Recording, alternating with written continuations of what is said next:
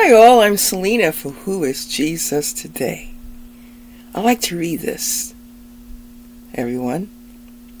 Predestination and Christianity, the doctrine that God has eternally chosen those whom He intends to save. Okay, so here's what I have to say, okay?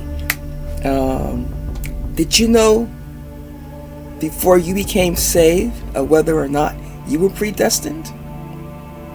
I didn't know. And to tell you the truth, I didn't know for me. To tell you the truth, if someone had told me this, that God has chosen those whom He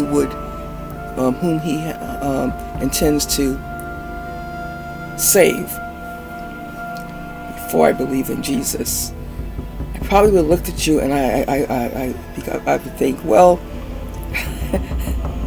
hope it's not me. I'm serious. Because before I got saved, I wasn't into being saved. I said, well, why do I need to be saved? Like, saved from what? Okay. For those who hold firmly and stand on this,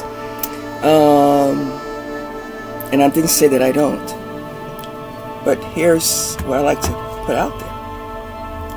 Do you and I know if the person next to us is predestined or not?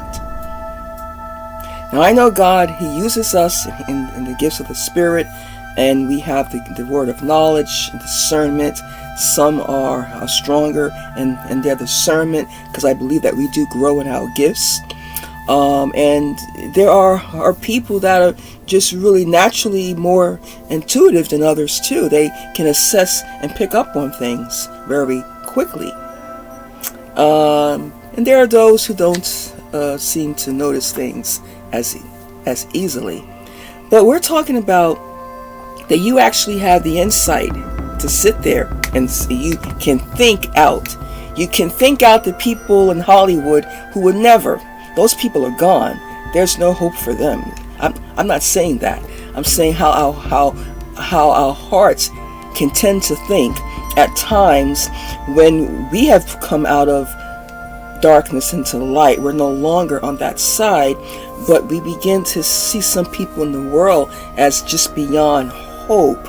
As we don't really always say it, but at times in our hearts, we've all come across individuals. I'm not going to call some of them out, and you're like, they're gone. They're gone. You have to just accept that not everyone's going to be saved. Of course, so many people have not been. So many people, thousands, have not been. They're gone. There are some right now that are hearing this a message. I don't know if you are predestined or not. I don't really know. I don't know if my neighbor is predestined or not. What I like to say is, when it comes to a doctrine and theology, it has its place. But if you're going to spend a whole lot of time saying, well, God has already, eternally, He has already predestined. But look in the mirror. Are you saved? Do you believe in God? Are you a follower of Jesus? You were called out, right? What makes you think that person who is acting crazy out there in San Francisco isn't called out? What makes you even think that corrupt politician isn't called out? I mean, honestly, I don't know what's going to be the end result of people's lives ultimately. I don't know where they're going to be in life on their last breath. Because there are some people that have come to follow Christ that I have been shocked that they made it to the other side, but it wasn't them. It was the calling of God, the grace of God, and if you want to say yes, they were predestined to come to Christ. I'm also shocked that I'm not shocked now, I should say, but I was someone who was, say, resistant to being saved. I didn't know what it meant. And I saw my mom praying for me. One day I came from school, and she was praying that God would one day save her daughter. And I said, save. I thought, I said in my heart, but not to her. I would be more respectful than that. You can pray all you want. I'll never be saved. Oh, I said, I'll never be a Christian. Here I am. Here I am talking to the world, people I don't even know. Here I am. This is not natural for me to put myself out there on a platform and speak this way, by the way. But it was predestined, the sovereignty of God.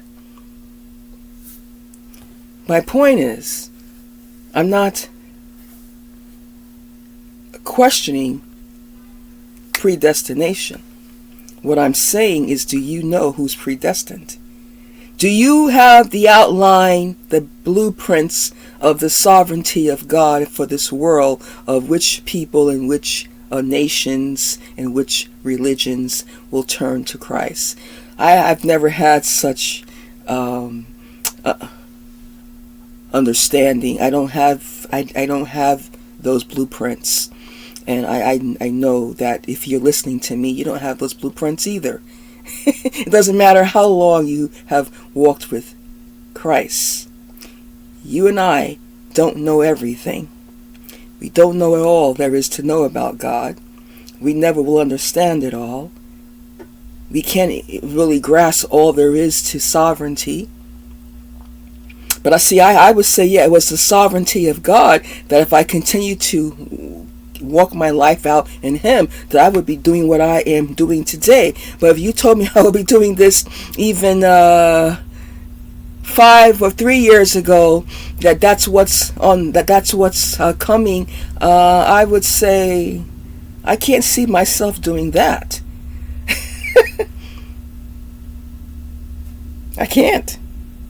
So, with that being said, having a heart of global outreach, and some of us are called more to that than others, but to understand that we don't get to determine who the door should be shut on, who should be the last one to come into heaven, because I know there was a saying like this, and I am all for legal immigration, okay, but a lot of us are in the U.S. because if not all of our relatives, or if not on both sides of our parents, especially when you're from a large city that has people from all over the world, you are likely also a part of some a current or say historical immigration that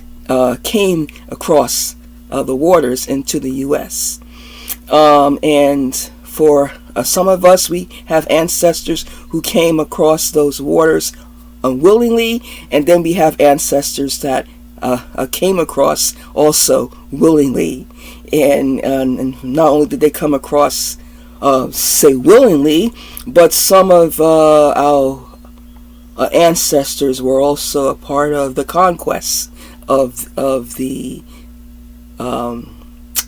say nations in Latin America, in the Caribbean, and in the United States, to be really honest, right? Because our histories are more broad and advanced than sometimes we can come across as just looking at a person.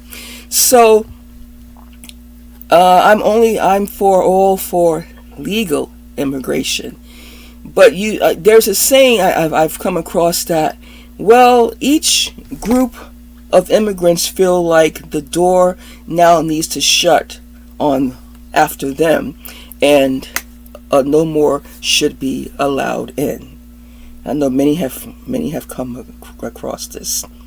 Some of you may feel that way, and that's just the way sometimes people feel. People themselves have a long history of immigration, of people that came from different places in the world to the U.S., but they seem to have forgotten about that, and it's like, well, that's how it was back then, but now, no more. We need to shut the door now, and I just want to correlate that slightly.